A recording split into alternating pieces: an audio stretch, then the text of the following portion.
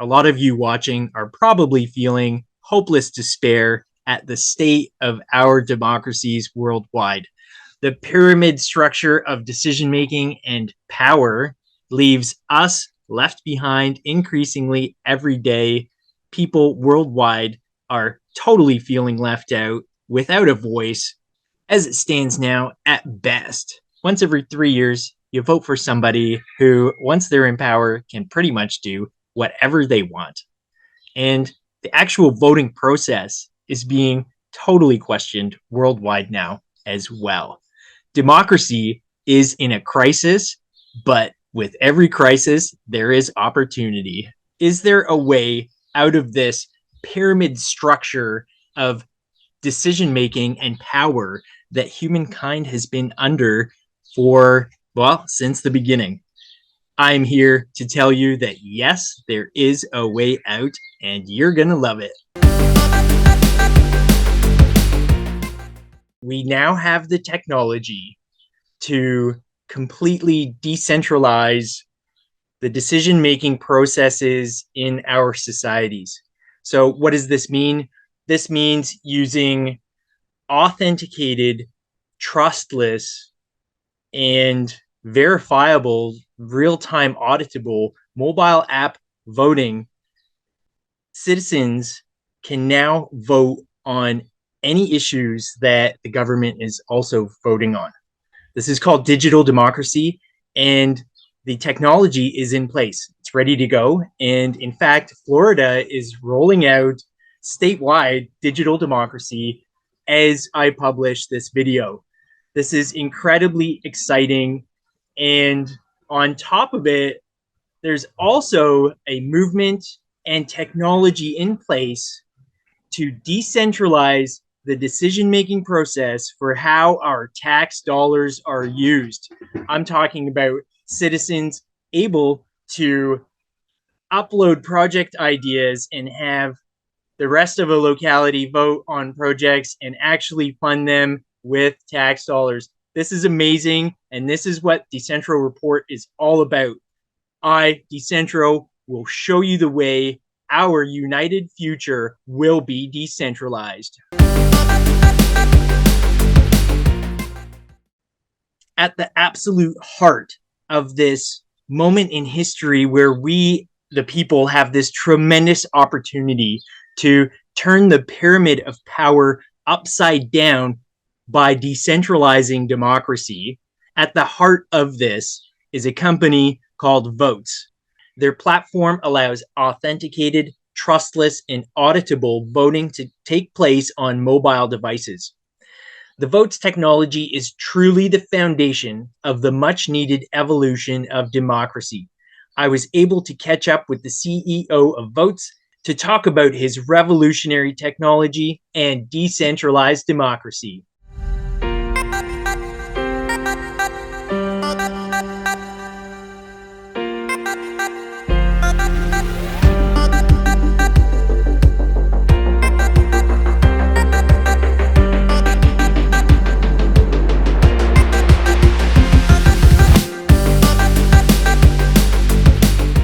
So how's this for winning a local election? Okay, just like the mountain biking guy in Australia. So just run on the platform that you gain power locally, and you're going to introduce digital democracy through the Digital Democracy Project and Voatz. Just that one thing. That's your only thing you're running on. Man, I could see a landslide of local elections bringing in this technology with passionate people like myself who really want to take democracy to the next level. I don't know. Am I overly optimistic? I can see this happening. Yeah, absolutely. I yes. think it's definitely possible, and we have to stay optimistic, because that's the only way you will be able to do change. Part of why I'm doing this show is it's like a rally call to all these rich crypto guys who are sitting here twiddling their thumbs, you know, showing off in their Lamborghinis. Why don't you guys think about running for local council and coordinating with Voatz and now this digital democracy project. Why don't we start taking power locally, because that opportunity is right there, and you have made that clear because the voter turnout is really low. It has been a long time since I, Decentro, have been reporting to you about the ongoing decentralization of planet Earth. Now, I recognize right now we are at a crisis point in as far as our versions of democracy go. And a lot of the problem revolves around the legitimacy and the questioned legitimacy of the voting process itself. Now, to talk about this very important issue and to help humankind bring democracy to the next level, I have with me here Nimit Sawhney, who is from Voatz. And this is an incredibly exciting company that I discovered back in right when you guys started. So I think it was 2016. So let's welcome Nimit to the Decentro Report. Hello, Nimit. How are you today? Hi, Shaw. Good, thanks. Nice to be here. Thank you so much for having me. About 2016, I first saw you guys, and I was like, man, this is the company we need right now. When I learned about blockchain and new distributed ledger technology, the first thing I thought was like, wow, you could actually and truly secure voting with this technology. Boom, along comes Voatz. And here we are 6 years later. And I've been looking at your social media. Seems like you guys are seeing some success. So let's tell the viewers really quickly the elevator pitch explanation of what Voatz does, and then we'll talk about your successes. Sure. So the premise around Voatz is mobility, and then using biometrics, hardware-based security, and the blockchain to create kind of a new secure voting ecosystem that seamlessly integrates with the legacy system wherever those are still in use, including the ability to generate paper ballots, and at the same time gives users the ability to use modern technology, smartphones, certain other mobile devices to vote easily, safely, and also in a manner in which they can audit their ballots. So that's kind of in a nutshell the premise.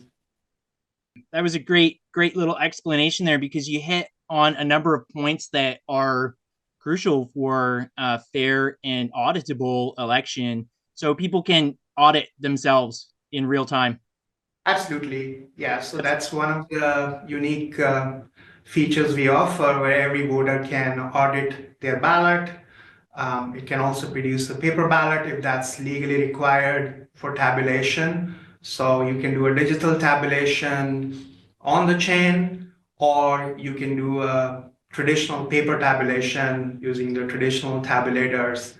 And in each case, it allows the voters to audit their votes. So we're seeing more and more people take up on that. In our recent election, we had 47% of voters audit.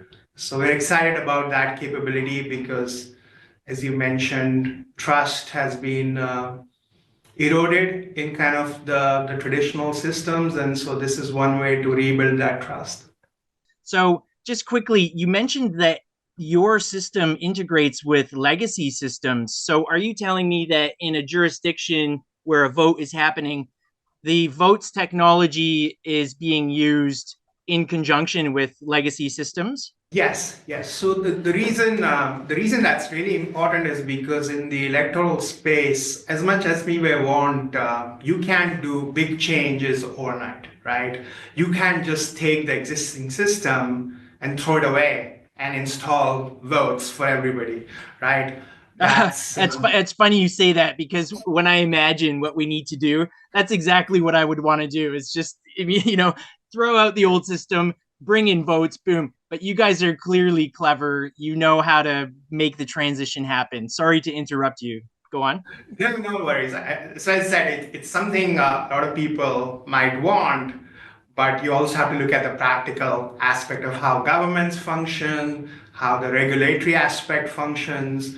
And so the best way to roll out something new like this is gradually in conjunction with what already exists. So what we do is like the existing system, I mean, looking at the example of the US, is primarily paper-based. So you either go in person to a polling station or you request a ballot by mail.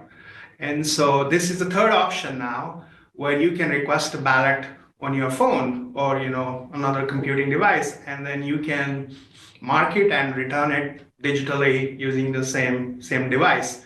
And so positioning it as another option is kind of the way we chose to go ahead, because you want to start slow, steady, make sure everything's good. And in addition, as I mentioned, even though you're voting on your phone, you can choose to have an anonymous paper ballot printed for you at the jurisdiction once your ballot is received.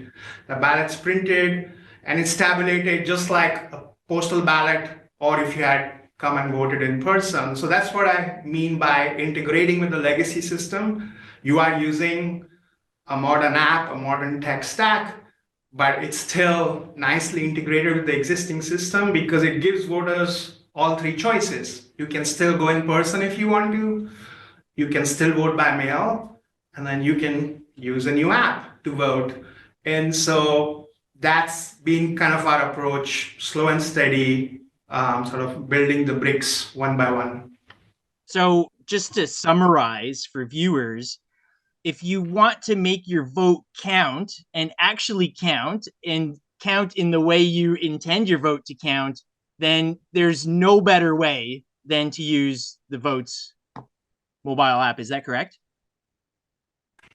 Yeah. So in our thesis is that this is, the best way to do it. It's convenient, it's auditable. You can, track everything right up to the point where it's printed and tabulated for you, the paper ballot, even though you marked it on your phone. You don't have to go stand in a line. You don't have to worry about the postal system delivering it on time. So from a multitude of factors, it is the most convenient and arguably the most auditable method of voting. Plus, if you have some form of a disability, if you're challenged either physically or motor challenge or visually, the traditional methods don't really provide any mechanism for you. If you can't use a pencil to mark a paper, or you don't have the ability to return a mail, then you're stuck. And so this, using the great accessibility features which are available in the modern smartphones, both Apple, Google, Samsung have done a great job. You can utilize all those things and pretty much vote like a person who's perfectly able, even though you may have some disability. So those are the key advantages right now. Well, you're solving a lot of problems, and the more I talk to you and listen to you, the more problems I see that you're solving. In particular, the mail-in ballots seem to be a very hot point for the election process and the criticism for the process and the clear potential for stealing an election. I'm not saying any election has been stolen or not, but if you're an intellectual type, you have to realize that the mail-in ballot process is one very weak point open to allowing election theft. And even Amazon had a internal vote in their company. They did not accept mail-in ballots. And I see how votes can be a really great compromise, because the Democrats, their argument is that they have to have mail-in ballots to ensure the accessibility. That's what it's all about. And I get that. That's valid. That's important. But you can have the best of both worlds by using votes because, as long as a person has access to a mobile device and can verify their ID, they can vote from anywhere. So, regarding the issue of identification on the system, from what I understand, a user verifies their ID and then Voatz deletes the actual ID itself after the verification has occurred. Is that correct? Yes, yes. So once you've downloaded the app and started the onboarding process, you are requested to scan a government issued photo ID. So you can use a driver's license, state ID, passport, and then in some cases you can also use some alternative forms of ID as well. And then you take a live selfie of yourself. So the reason for doing that is doing a liveness check. So it's making sure you're a real person. You are not trying to, take a video of another video, impersonate somebody else. So you have to blink your eyes, move your face, and Yeah. do a few things like that. Matches you to the picture on your ID. Make sure your ID is valid. Takes the data from your ID, checks it against the voter list for the jurisdiction. So all this takes a minute or two, and once it's done, then an anonymous credentials created for you. It's stored on your device hardware, and then the documents are then deleted. And the reason we delete them is because we don't want to be a store of millions of users, IDs and pictures. That just increases our threat surface. We don't need it, so we don't store it. We're not going to be sharing it with anybody. So minimize the risk from that perspective. So that's why we just delete them. So this is another hot point of the election process, is having a voter ID or not. And you don't need ID to vote in a lot of places at all. Have you found that the requirement to identify yourself as a hurdle for votes to overcome? In some cases, yes, because people misinterpret that requirement as a means of discrimination. And our pushback on that is that's not true. That's not the reason why we're doing it. We're doing it because this is a remote voting system.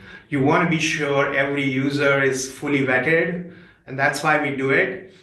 And you need to show an ID to get into the airport, to get on the plane, to get into any government building these days. Why is it such a problem to show an ID just Well, to vote? I'll tell you why there's a problem. It's because the Democrats rely on illegal aliens to vote for them.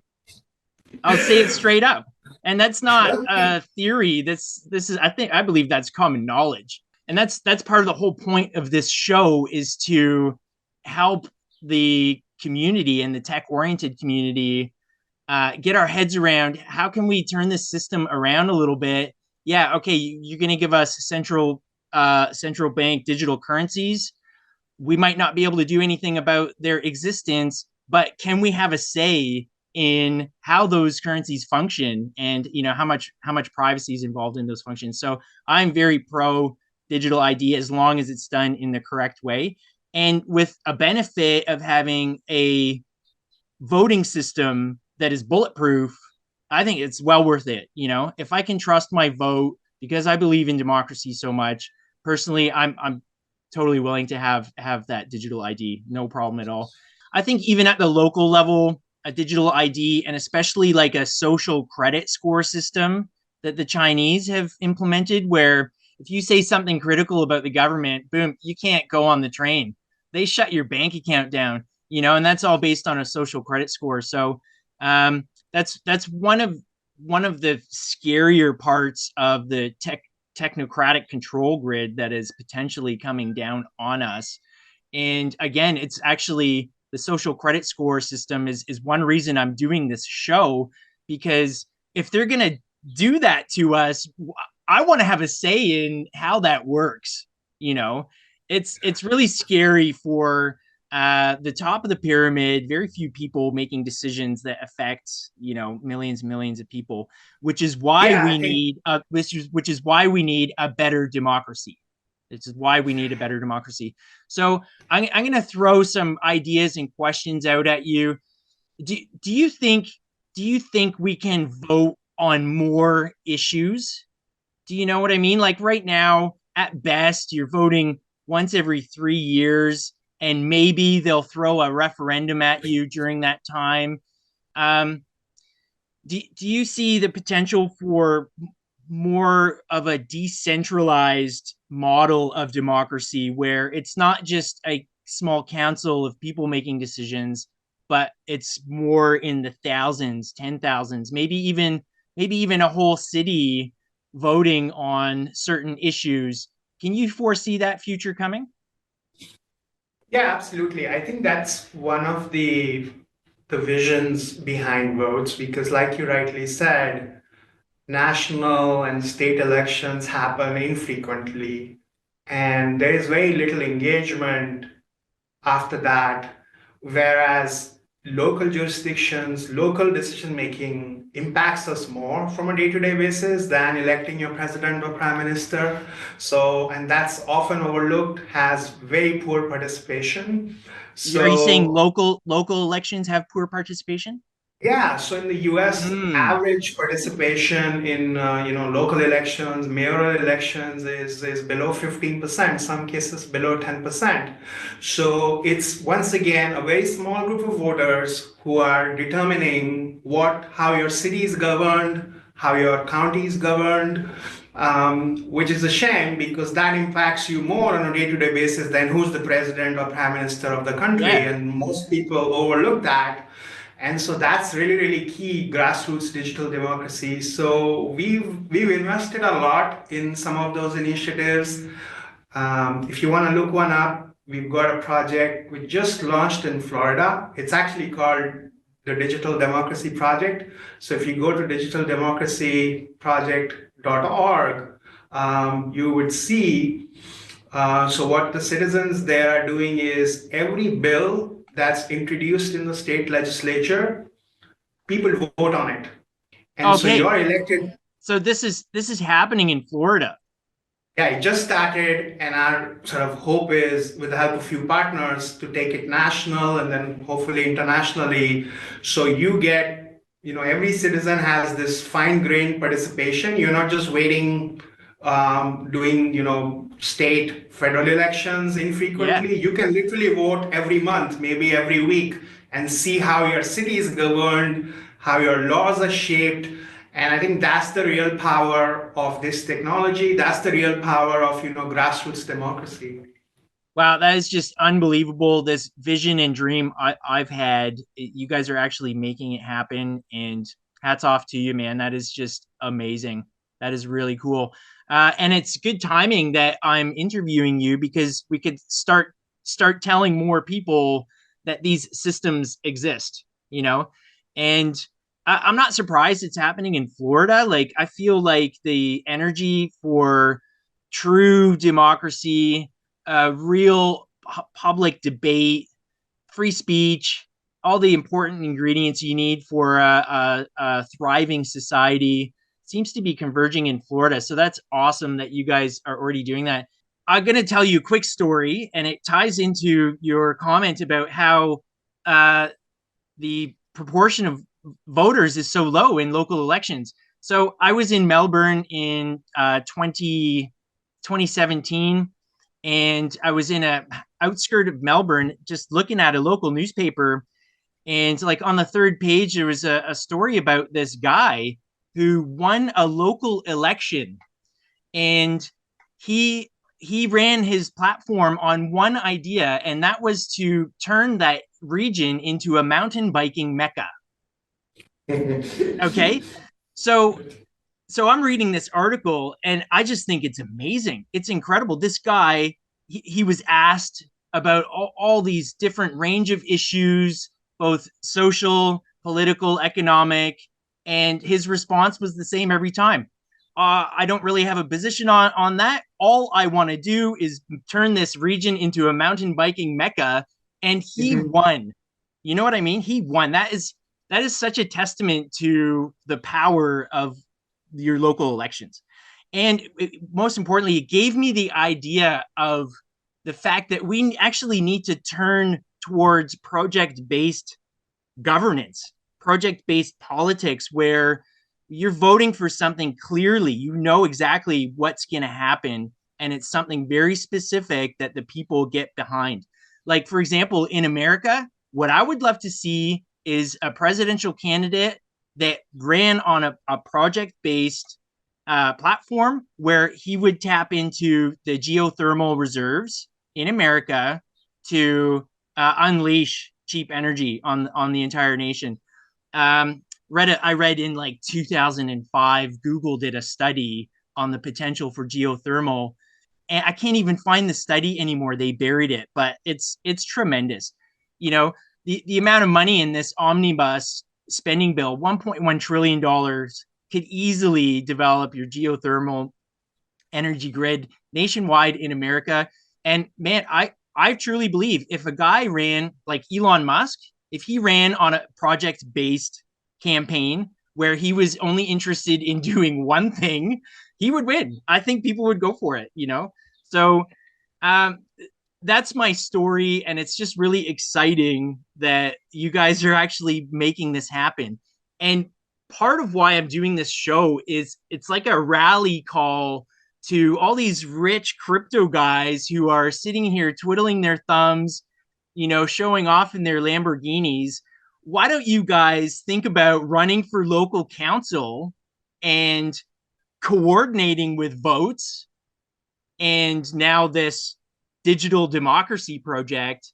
Why don't we start taking power locally, because that opportunity is right there, and you have made that clear because the voter turnout is really low. Any thoughts on project based governance in politics? Yeah. I think it's really essential. There is another movement you might be aware of. It's called participatory budgeting. So some cities have been experimenting with that at a very small scale, and so the logic there is, particularly in the bigger cities, they have millions of dollars of, annual budgeting. So what they do is they allocate a small percentage of it to people proposed projects.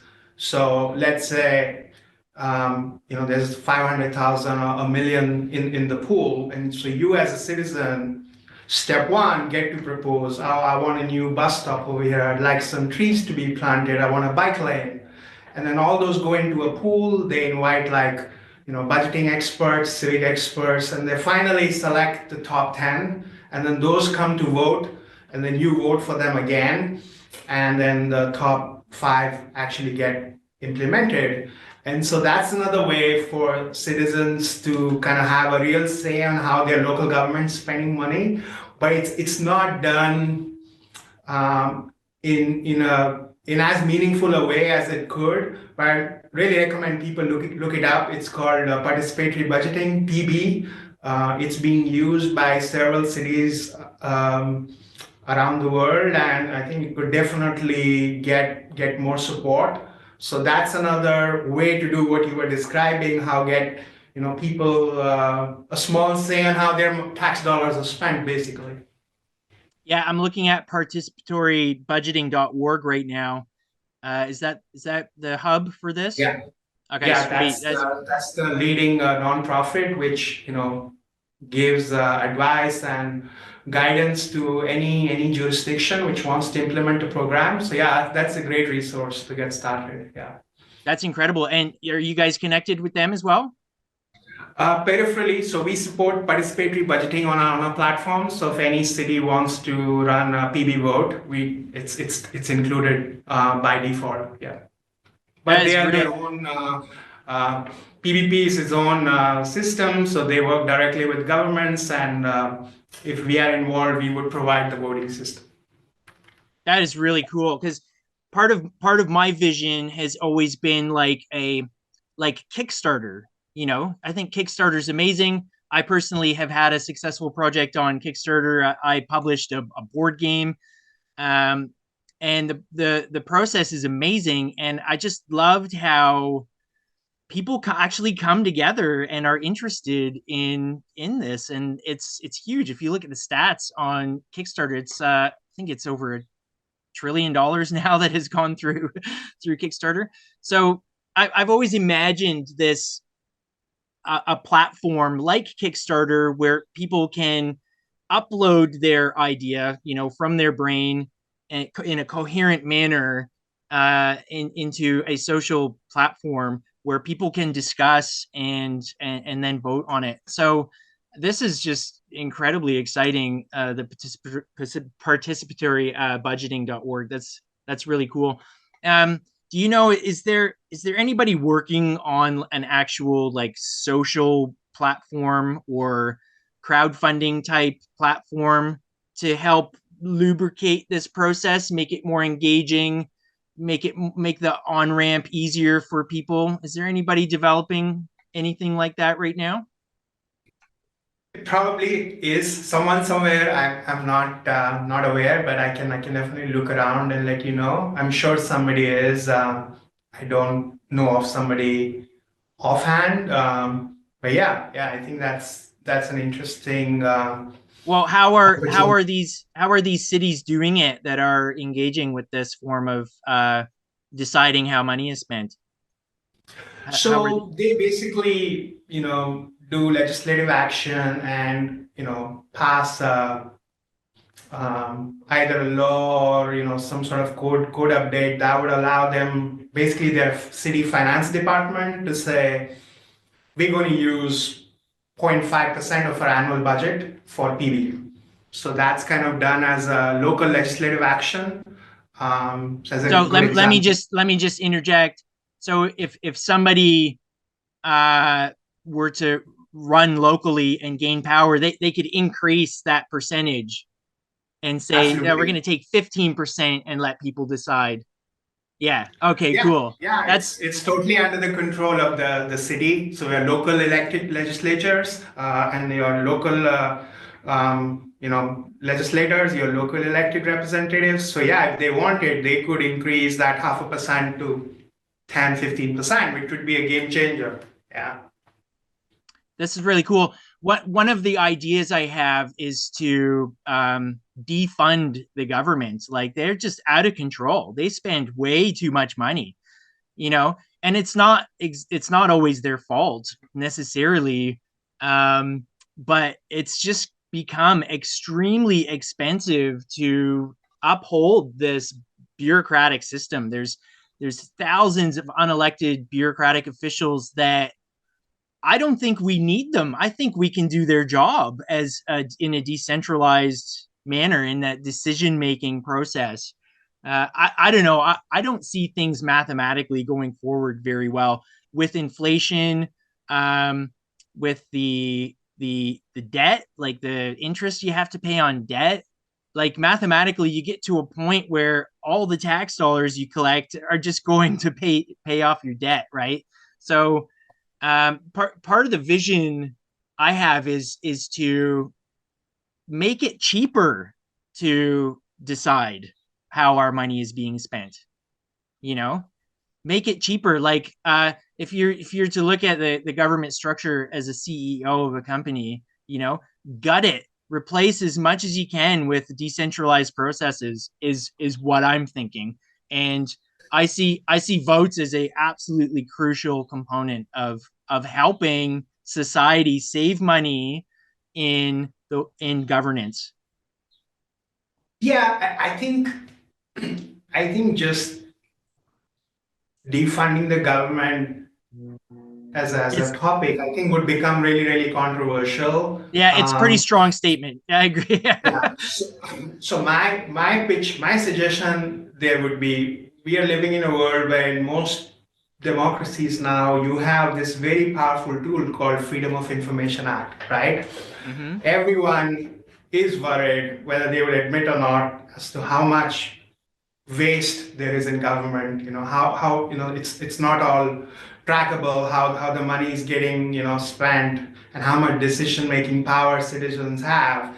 I would encourage people to use FOIA and probe your governments, local level, state level, federal level. How are you spending this billion trillion dollar omnibus bill, and keep at it, because that's what keeps them accountable. And that's where, if you get, most people don't have strong enough understanding of how governments spend money. If we were to collectively get a better understanding, then we can propose and give a counter proposal to the government and say, look, you probably don't need to spend $1.1 billion or $1.1 trillion doing this. You could do it in half that amount. Here's an approach. And you can get that conversation. Right now, that conversation's not happening because none of us have the data to challenge what they're doing. And so I think it's really, really important we as citizens get more educated on how the governments are spending money and how we could potentially encourage them to do better. Well, with the central bank digital currencies, one of the ideas I have, and it's not an original idea. There's a group in Europe working on this. Is of course the danger of these digital currencies is that the government will know everything you're doing with your money.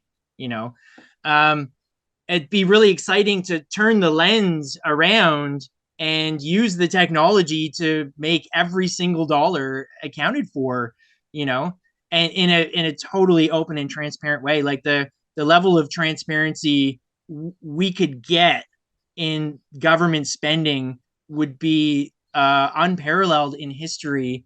And I'll be honest, this is going to be controversial with my viewers.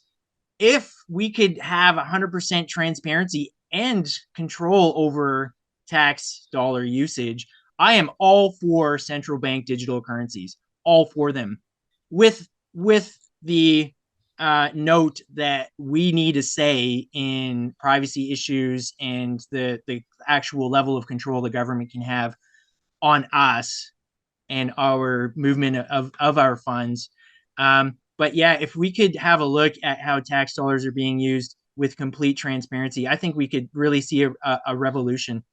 What is your position in the company, Nimit? I'm one of the co-founders and CEO. You're the CEO. Yeah, right. Okay. Just a couple of questions. I on your website, I noticed that the jurisdiction needs to allow votes. There's like an on-ramp process for a jurisdiction to include votes in the election process. Can you Yes. quick, like, let's say a viewer is like, yeah, I want my district to be using this technology. How do we make it happen? So most likely you would have to, because your district is not really determining the state laws, unless it's a completely district run election, then maybe they can just decide. But in the US specifically, election laws are determined at the state primarily. So you would have to go to your state legislatures and get some accommodation in the current election law. So Oh, so you actually have to have a get tweak lost. in the law. Yeah. Yeah, And for public elections, yes. okay. For doing, participatory budgeting, for doing, projects like the Digital Democracy Project, political party elections, no. So those are, kind of governed separately. So those could move faster. But to get this to be used in, public, national, state elections, most places would need to change laws. That's why I mentioned it's a slow and steady process. You Yeah. can't, expect change to happen overnight. You have to, do it small, make the case, then, start, growing from there. So right now, 5 states, 32 counties have used our system in the US. Similarly, 15 cities in Canada have used it recently for their municipal elections. So it's slowly growing. Oh, so But you have had success in having the policy changed to be used for actual elections of officials. correct. Yeah. Okay, so there's sort of two levels votes can be used. Well, three really, or probably more. But you got your election for officials, but then you have elections for budgetary proposals and for policy proposals.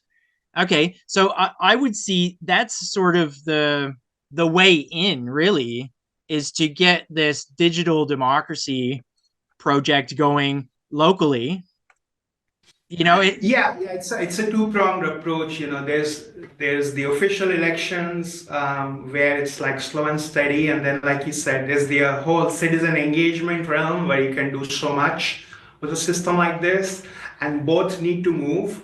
And eventually, they will converge in a few years, and you'll be able to use one system to do everything, hopefully.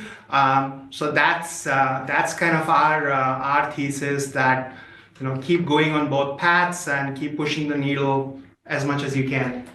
So how's this for winning a local election? Okay, just like the mountain biking guy in Australia. So just run on the platform that you gain power locally, and you're going to introduce digital democracy through the Digital Democracy Project and Voatz. Just that one thing. That's your only thing you're running on. Man, I could see a landslide of local elections bringing in this technology with passionate people like myself who really want to take democracy to the next level. I don't know. Am I overly optimistic? I can see this happening. Yeah, absolutely. I think Yes.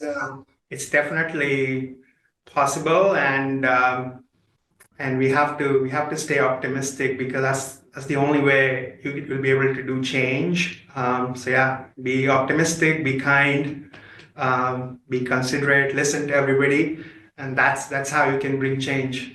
That's really cool. So just to finish off, because a majority of viewers are very interested in cryptocurrency and blockchain. You mentioned votes is all recorded on the blockchain. So which chain are you guys using for your technology? So all the elections we've done so far have used a permissioned network we built using Hyperledger Fabric. So Hyperledger, as you may know, is an open source project. So we've created a 64 node network in the US. There's a 32 node network in Canada now. They were expanding in other countries as well. So it is a permission network. There is no currency token involved. It uses a different algorithm to keep the costs really, really low. But it's also transparent. Everybody can see what's happening. To interact with it, you either have to be a verified voter, a verified election official, or a verified, third-party auditor.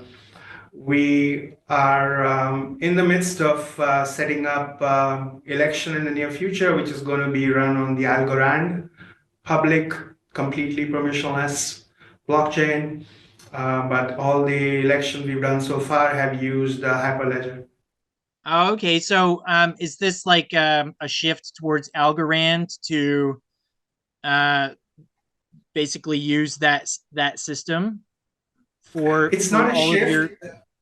It's not a shift per se. We've always so that the election system is agnostic. It can plug into any network a jurisdiction wants to use. It's more of what the comfort level of the election organizers is. When we first So got started, people were not comfortable with the idea of using a completely permissionless system, because one of the legal challenges is all the nodes in the network need to be in a certain jurisdiction. They need to be KYC verified. And so if you have people running nodes in unfriendly parts of the world, that makes officials very uncomfortable, as you of might, course, might yeah. imagine. Technically speaking, it may not make a difference where a Bitcoin node is running, but perception-wise, it makes a huge, huge difference. And so our approach was, let's kind of bring in a hybrid approach where an election organizer can build a governance layer and say, I want all my nodes to be in my jurisdiction or in my country. Beyond that, just make sure they are vetted individuals, and they're doing it for the right reason, and they don't really want to know who's running the nodes. So I think that's a good compromise to begin with. As time goes by, we've done now 115 elections. We finally have a election official who's graduated after doing 7 elections with us to say, okay, I'm comfortable now going to a network like Algorand, and I'm willing to take the risk that the governance layer is no longer there, that potentially anyone, anywhere in the world could be hosting this node. And I want to see what impact that has on my election, what are the legal ramifications of that. So it's progress, because that's how you get governments to evolve, slow and steady. So that's why. But we as a system I've always offered that capability. You can plug in, play any network you want into the system. Right now, as we speak, Yes. it's already set up. So if you wanted to, if a government wanted to organize their system on Ethereum, you'd be They able to could do it. interface. Wow, Yeah, that's really clever. So you guys are basically chain agnostic. correct.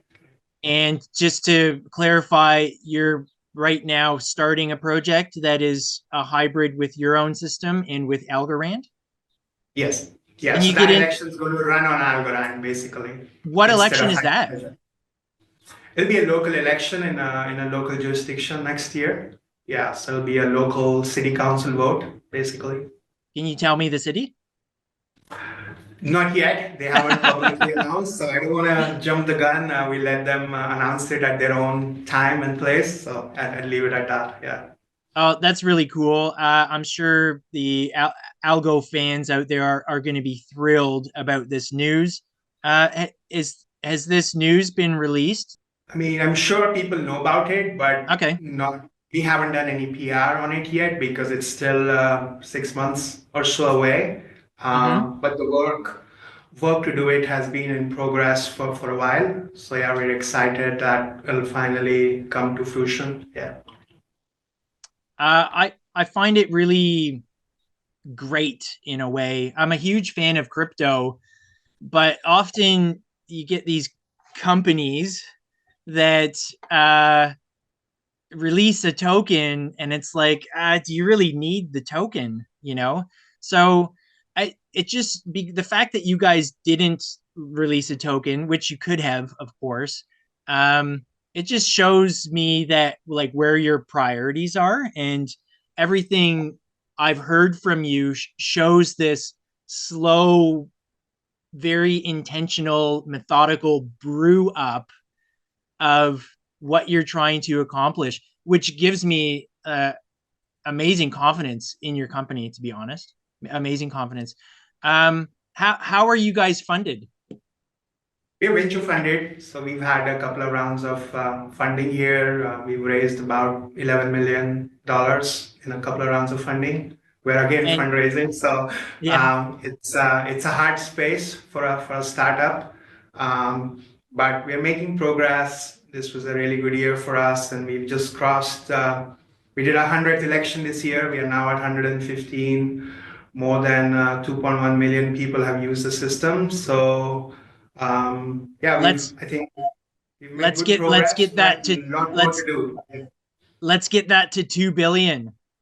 Let's Yeah, do it. yeah, that'd be cool. Yeah, It that'd be will be. cool. It's gonna happen, Nimit. It's gonna Yeah. happen. I can see that happening. That's amazing. So do you guys make your money then? Does a council have to pay you for hosting an election? Yeah, so every election organizer pays us. The voter doesn't. It's free to vote. But anyone who's organizing the election, whether it's a government or a political party or an association or a union, they are the ones who pay us. And finally, how do I invest in your company, mate? We can talk about that offline. We actually have a funding round right now, so yeah, I Oh, can okay. share. Yeah. Oh, I was just wondering, maybe you guys have gone public, but you're still obviously a private company. Yeah, we're too small to go public yet, but hopefully in the future.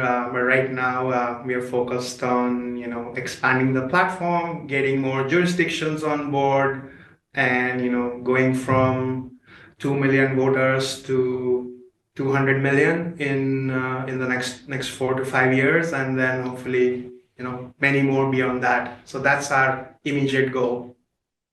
Awesome. Yeah, I can't wait to see the 100x of votes. You know, that's Yeah, cool. yeah, we're excited too. Thank you.